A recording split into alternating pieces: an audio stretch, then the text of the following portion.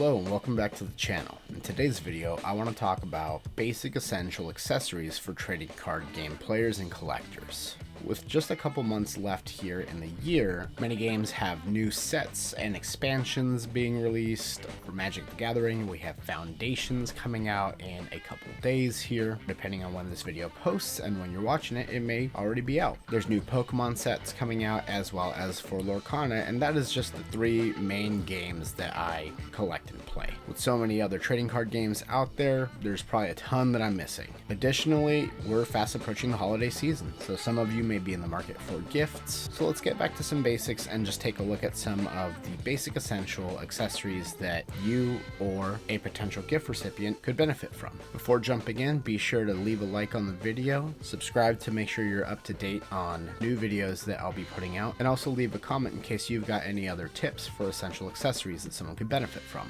Now, before we dive in, I'd like to just play a disclaimer card. Pretty cute, right? I'll probably make a better one, but I don't know. I like my disclaimers. What can I say? This video mainly is intended to be for beginners, people who are new to collecting or playing or returning after a long hiatus, and maybe you've gotten rid of a lot of stuff or you don't have accessories handy. I know when I came back to playing and collecting, there was a lot more different accessories available that weren't out when I was in it. If you saw that commercial or promo for Magic Foundations, you know, the family one, the one where they're trying to get at your feels and whatever, you see the kid holding a deck of unsleeved cards with a rubber band around it. Yeah, that's what some of my decks used to look like. I would keep decks in their original box that they came in. You could even see some of these are pretty old. Don't ask me why I still have them. I guess, I don't know, I've got a soft spot for packaging for some reason. I've kept lots of cards in just random shoe boxes, flying around all willy-nilly, and when it came to binders, I even had sometimes 3 or more cards shoved in a single pocket back in the day. I've learned differently, so I do differently now. Or maybe you've never played and you've never collected, but you're getting something as a gift for someone. You're getting them some accessories, things that will help them. And you may want to help them out to get off on the right foot. Maybe you're brand new to the hobby and you don't know which way to go. You got no one to point you in the right direction. That's what we're here to do right now, is just take a very basic high-level overview at the essentials. Now, the second part of this disclaimer is that this is not a product review video. The purpose of this isn't to say get this brand or this style or that style per se, other than to just give some level of guidance as to what could be considered the basic, the essential accessories that you might need to get back into the game, or for someone that is new to the game, or that you might give someone as a gift, especially if they're just starting to collect or play. And the third and final part to this disclaimer here, this is my opinion. There are plenty of great videos out there that really go in depth into a lot of different accessories, brands, etc, etc, etc. There are plenty of videos which will also give recommendations of what types of card packs to start with. This isn't focused on that. It's focused on some basic essentials for collecting, storing, and protecting your cards, or the cards for the person that you're going to gift it to, whatever the case may be. I want to try to keep it as basic as possible to give you options. You're gonna know yourself, your style, the person you're giving to style best. You can go ahead and take a look there to see what's gonna work best for you within these broad categories. I'm looking to also follow this video up with another video where I will go a little bit more in depth into specific products, but that's not this video. This video is let's get our feet wet. What do we need to get off the ground, in my opinion, from a very casual standpoint? So I think the first place to start is going to be to figure out what it is that you're picking up, either for yourself or for others. I know that there are, again, some new things coming out for different card games, new sets, new bundles, things of that nature. Magic the Gathering has the Foundations beginner box and starter pack. You have gift sets. You might just even be picking up pre-constructed decks or booster boxes or whatever the case may be, right? What you're picking up might determine what you need to start out with. For example, this bundle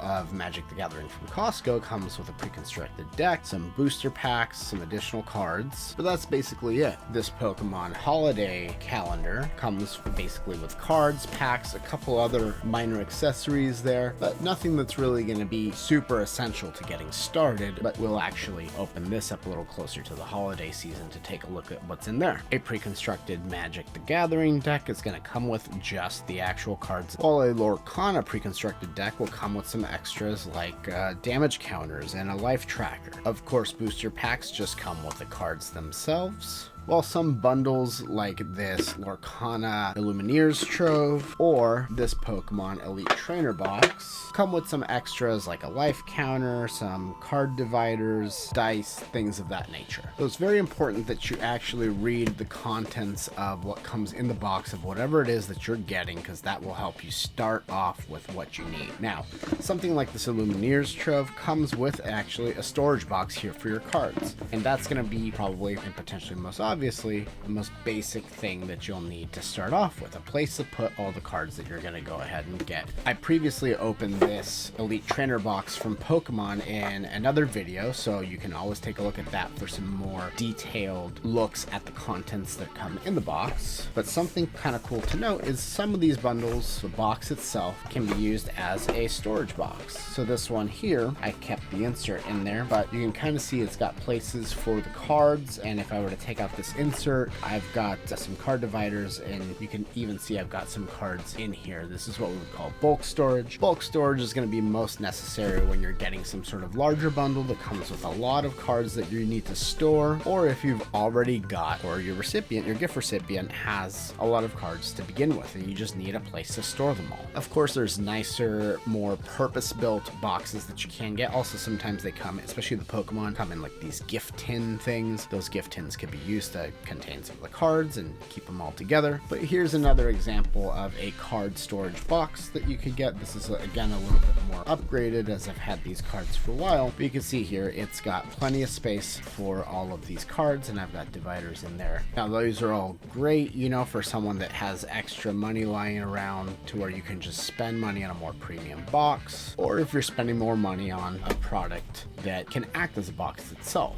If you're a little bit more strapped for cash though, you still should protect your cards in some way or provide a way to protect them. You heard me talk about the old shoebox. Well, this is something that I do kind of use still to a certain degree. Here's just a box here that's got a lot of bulk Pokemon cards here, and I've even used a little board game box thing here to serve as a tray to help divide things up further. So as you can see, sometimes old habits die hard. So if you don't want to just use like a good like sturdy shipping box or something like that here, and you want to get something a little bit more purpose built, you can get these kind of white card storage boxes. This is a very big one that I've had. This is from the brand BCW.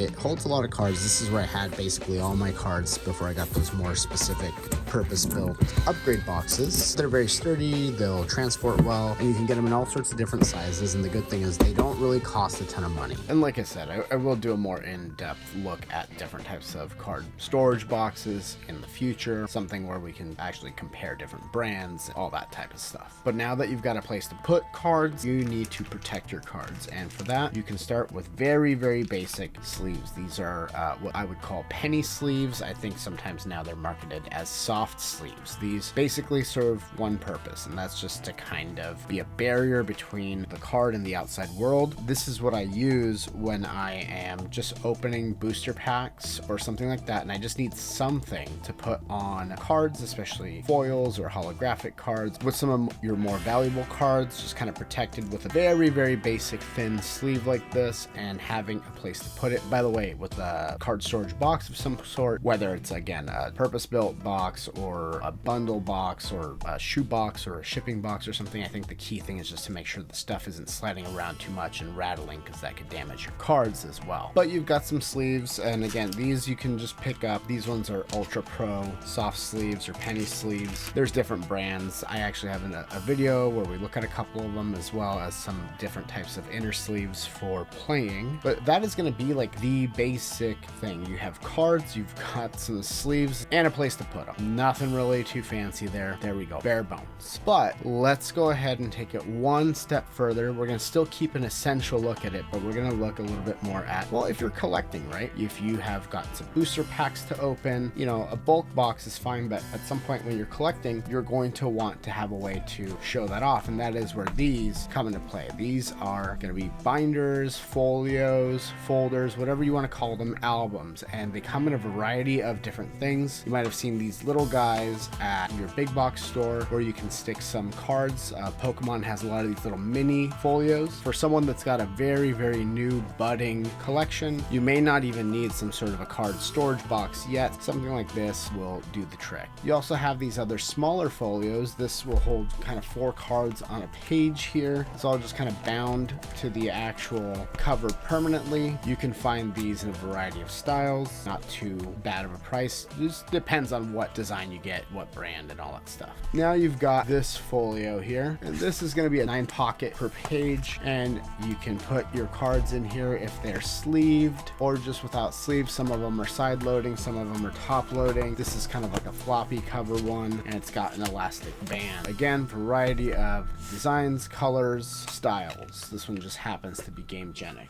And finally, we've got the tried and true binder right here. Obviously comes in a variety of different measurements. This is a 2-inch binder. I prefer binders that use a D-ring rather than just a regular circular ring. I think that's a little bit better for protection of the cards, but you can get these card pages that have 9 pockets on them, and you can sort your cards like that. You can put stuff on both sides, and that's how you can start to build your collection. This was how most people back in the day, when they had some sort of a collection on display, it was just this. Nowadays, you know, you see some people saying, oh, don't use a binder, only use folios, use zip folios, hardcover, this and that. I think as long as you've got some way to protect them, the level of protection that you want for your cards and how you want to display it and what will work best for you, you're going to be the judge of that. You know the budget that you've got to work with, you know what the needs for the card storage and collection and display is, as well as any aesthetic choices. So card albums, binders, folios, these I think are going to be a really great way to start off. And again, if you're going with something that has like a 3-ring binder scenario, you just have to make sure you're picking up card pages. Obviously the size binder you get, if it's a smaller size, sometimes you get 4-pocket pages, or the most common though is a 9-pocket page. And your local game store is going to have maybe some of your more specialty type of things. Your local big box store is going to get you with the 3-ring binders, and they even now carry in their card section the 9-pocket pages for your cards. Okay, so we've got collectors pretty much covered, right? People who are just collecting, starting off, or getting back into it, really easing into the situation. You've got very basic sleeves to protect your favorite cards. You've got boxes to store maybe bulk or duplicates of them, and you've got binders or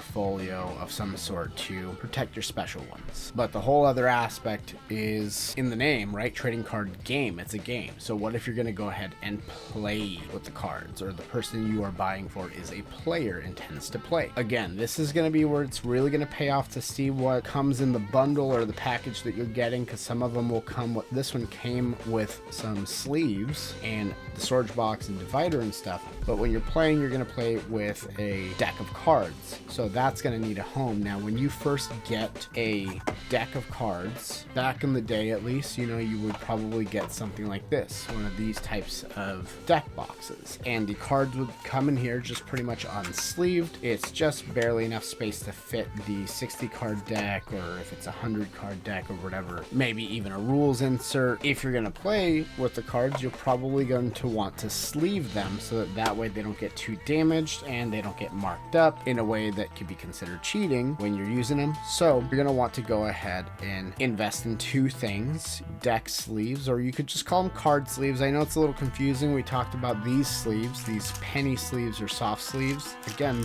they're just serving to be a barrier, but nothing else. Obviously, if this card had a big old scratch on the back, you would see that, and that'd be an easy way to tell which card you're going to get. And they're not very, very protective. The idea isn't you're going to be shuffling these up and handling them and all that. So I've covered in previous videos things like these types of sleeves. Again, variety of brands. Here I've got Dragon Shield. I've also used these ones, which are Ultra Pro sleeves, and I've even got these ones that are Gamegenic sleeves. These are just different brands, but generally the back's going to be some sort of a solid color, so that way you can't tell when something is marked up. In addition to some sort of sleeve for playing a deck, you'll want to get yourself some sort of a deck box. This is a very basic one, pretty cheap, honestly, about $5 or something like that. Well, they're just kind of regular plastic. There's not much to write home about, but it'll protect your deck. Now, I know what some of you may be thinking, and that's, well, if I bought these deck sleeves, these card sleeves, and I got this box here with the sleeves, why can't I just use the actual box that I got the sleeves in? Well, you're after my own heart, because I like to try to repurpose when I can, and in a case like this, like the Dragon Shield box, you'll even notice it's got lines at the top there, and that's because this box here that the sleeves come in is just big enough to go ahead and get your sleeved deck in there. So that fits nicely. It's gonna go ahead and protect it. It's just cardboard, but it will get the job done. So if you get the Dragon Shield ones, you're in luck. Some other sleeves though do come in just plastic bag type of packaging, so you don't really have anything to protect the cards once they're sleeved. Hold on, wait a minute. Didn't my deck come in a box? Well, you can see here the deck box compared to the deck once it's sleeved is just not going to fit the entire deck, and this is a 60 card deck here. If you've got something like a pre-constructed commander deck, that's 100 cards plus some tokens, so that's not going to fit there. These ones I think are double sleeved as well. You know, that's just something to consider, and that's where having a deck box is helpful, because they account for that type of space needed. So really basic ones, you can go ahead and get these. These are neat. You could just write your name, or you know, whatever the deck name is there, or I usually just use a bit of painter's tape, and I don't see, these are the Gamegenic sleeves that I have there. Of course, there's more upgrade or premium deck boxes. This is just another variation of it. It's kind of like a taller build that has a little tray here for some dice or some counters, which we'll talk about in a moment. You've got this one that's a little bit more premium here. This fits 100 cards for like a commander deck, and tons of variations here. These two you can see are still in the box. I'll open these in a future video when I go over different deck box types. Alright, so great, you've got cards protected in sleeves if they're just gonna be kind of very casual and for fun, or you're gonna put them inside pages of your folio. You've got these soft sleeves that you could use, the penny sleeves. You've got some sort of a binder or folder for them. If you're playing, you've got yourself some nice deck sleeves of some sort, whatever the brand may be. You've sleeved up the deck and you've got it in some sort of a deck box. What's next? So as a player, when you're playing a game, you're gonna need a way to track points, life totals, damage, things of that nature. Now, this one's going to be where there's a lot of variety depending on the game that you're playing. You might be tracking damage, you might be tracking life total, whatever special conditions. When you get a pre-constructed Lorcana deck, you're going to get these little punch out damage tracker tokens. So some games, their pre-constructed decks come with little counters and tokens, and that's great. You even have this little thing that works with a playmat. They give you a paper playmat to track your life. Otherwise, you could track life, damage, etc. with dice. So a single set of dice here. This is what they call a polyhedral set of dice. This right here, Chessex, is a pretty affordable brand. You could just go to their website and order directly from them. Your local game store probably has a bunch of these as well. And the prices are going to range depending on how complex the designs are. You can just get whatever single solid color there is, and that'll probably run you a pretty affordable amount of money there. This comes with 7 different dice. They're different shapes for different things. This is mixed from a bunch of different sets, but I just put it together to kind of give you an idea of what this might look like. But probably the 2 most important types of dice that you could use when playing card games is going to be your standard cube dice, or what they call in tabletop role-playing games a D6, and then this guy, the dodecahedron, or as it's commonly known, a D20. With these 2 dice, you can track a lot of things. The 20-sided die can help you out with tracking the life totals. Magic the Gathering starts you off at 20 life.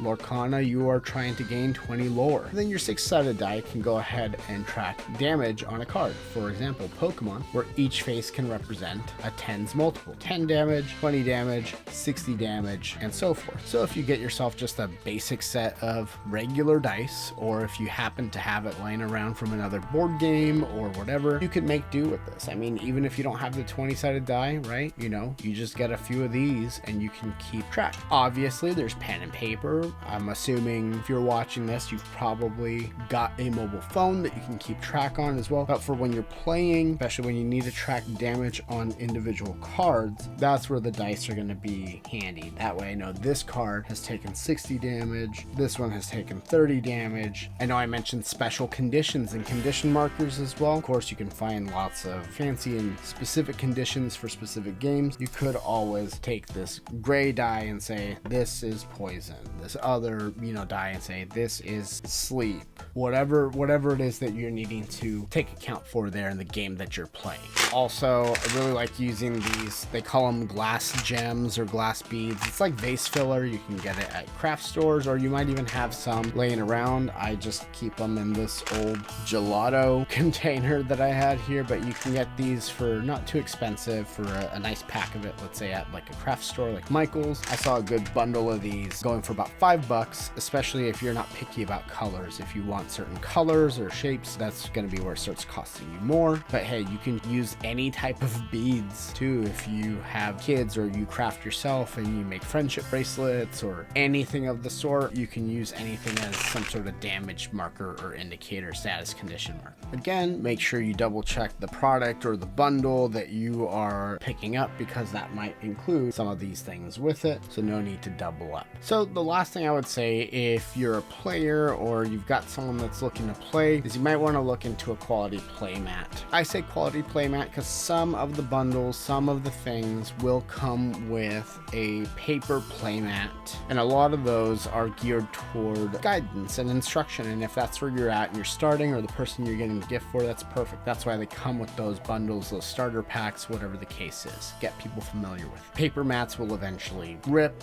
fold, tear, wrinkle, and start to disintegrate, especially if you're not really taking care of it a ton, which most people don't, because it's just some paper that gets forgotten about and crumpled up, right? Now, while it's not 100% necessary to get a playmat for playing a game, a card game, I think we're kind of used to seeing it, right? Think about like a card table that you would get at the store, if you're playing more like, poker and things like that. They're typically a little padded. They have a little bit of cushion, a little bit of fabric or something there. It's going to A, protect the cards themselves a little bit more, and B, make it a little easier to pick up the cards because there's a little bit of give versus just the actual hard surface or wood of a table or counter, whatever it is that you're playing. So this is a really basic one that I picked up at a local game store, and this is just something you could pack up with you, take it wherever you go. You throw your cards there. It's just a little bit nicer than whatever the surface is that you might have wherever you're playing. They make tubes for these that you can roll up the mat and throw it into for safe storage and protection, but you don't need that. I have this one wrapped up with a strap that came on a blanket that I got from the store. You tie it with something simple, or just kind of keep it carefully rolled up like that, stick it in your backpack wherever it is that you're going, just keep it on the shelf. Something like this you can get starting probably around $10. Again, lots of places you can go ahead and find something like this. It's going to depend on the design, brand, all that type of stuff. Check your local game store as well. Obviously, if you want to, or the person that you're getting for has a specific design or style they like, you can go ahead and pick something up that they will appreciate as well. Those will cost you a little bit more, of course. And pro tip here too, one of my local game stores here has a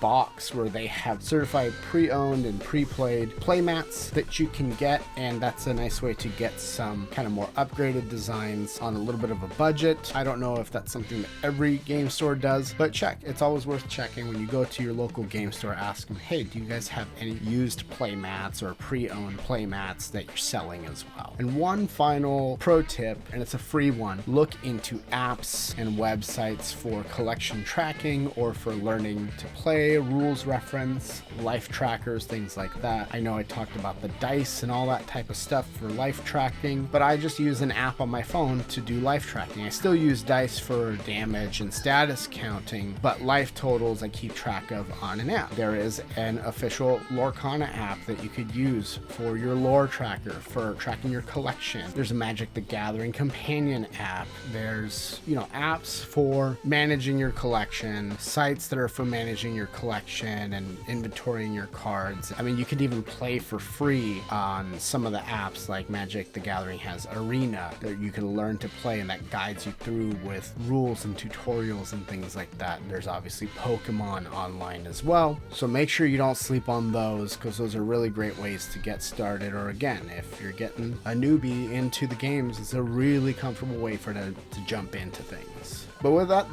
that's all the essentials I got for you. So if you're looking for just the bare bones essentials of card storage and protection, you've got the softer penny sleeves and either the box of the bundle that it comes in, one of those white card storage boxes from, let's say, like BCW, or even a shoebox with just some padding on the sides to protect it from sliding around. If you're looking to have a place to store and protect your collection, you've got any number of binders, folios, things like that you can go ahead and pick up. Even these little guys, right? And pretty neat little thing, fits right in your pocket. If you are playing or know someone who's playing, you know about deck sleeves and deck boxes. Sometimes, depending on the brand, they can be one and the same. You've got ways to keep track of damage, life, and statuses through these tokens and markers, as well as companion apps like we talked about for tracking life totals. And then finally, you've got Playmats, again, ranging from just a single solid color, probably ranging about $10, to something more intricate that's going to cost you a little bit more depending on the property. And also, another little pro tip,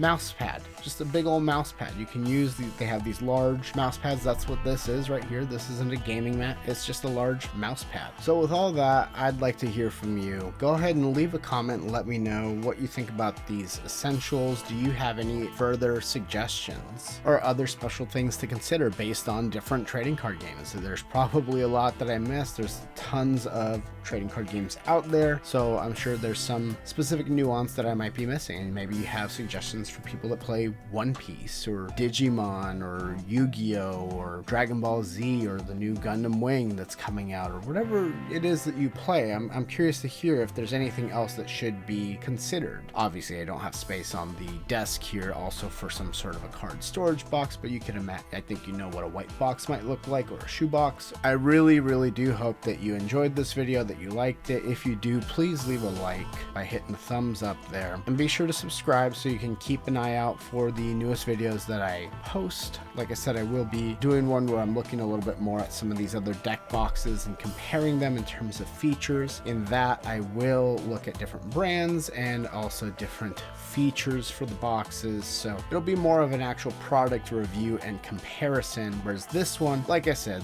the key point to this one is going to be for someone's brand new, they're excited about the new Foundations, the Magic the Gathering Foundations beginner box, or the new set from Pokemon, Surging Sparks, I think, the new Lorcana set, Azurite Seas, and any number of other things that are coming out there. And that's also even just excluding any special holiday bundles or gift packs or anything that you might see at any number of stores coming up during the holiday shopping season, as well as things that will be hitting your local game store as well. Be sure to stop in there. They've got most of, if not all of these types of supplies, different varieties, things like that. I'm not doing any specific calculations here, but just doing some very quick math from what I was able to see before. You can get yourself a playmat starting maybe under $10, closer to $8. You can get these types of little folios or whatever it is for around $5. Set of dice depending on where you get it, and the complexity of the design, or even if you stick with like factory seconds, you can get that for about $5. The deck sleeves might cost you a little bit more depending again on the brand and the design. The penny sleeves or the soft sleeves are going to be a lot cheaper, but again, those are going to be for very basic storage, so just keep in mind.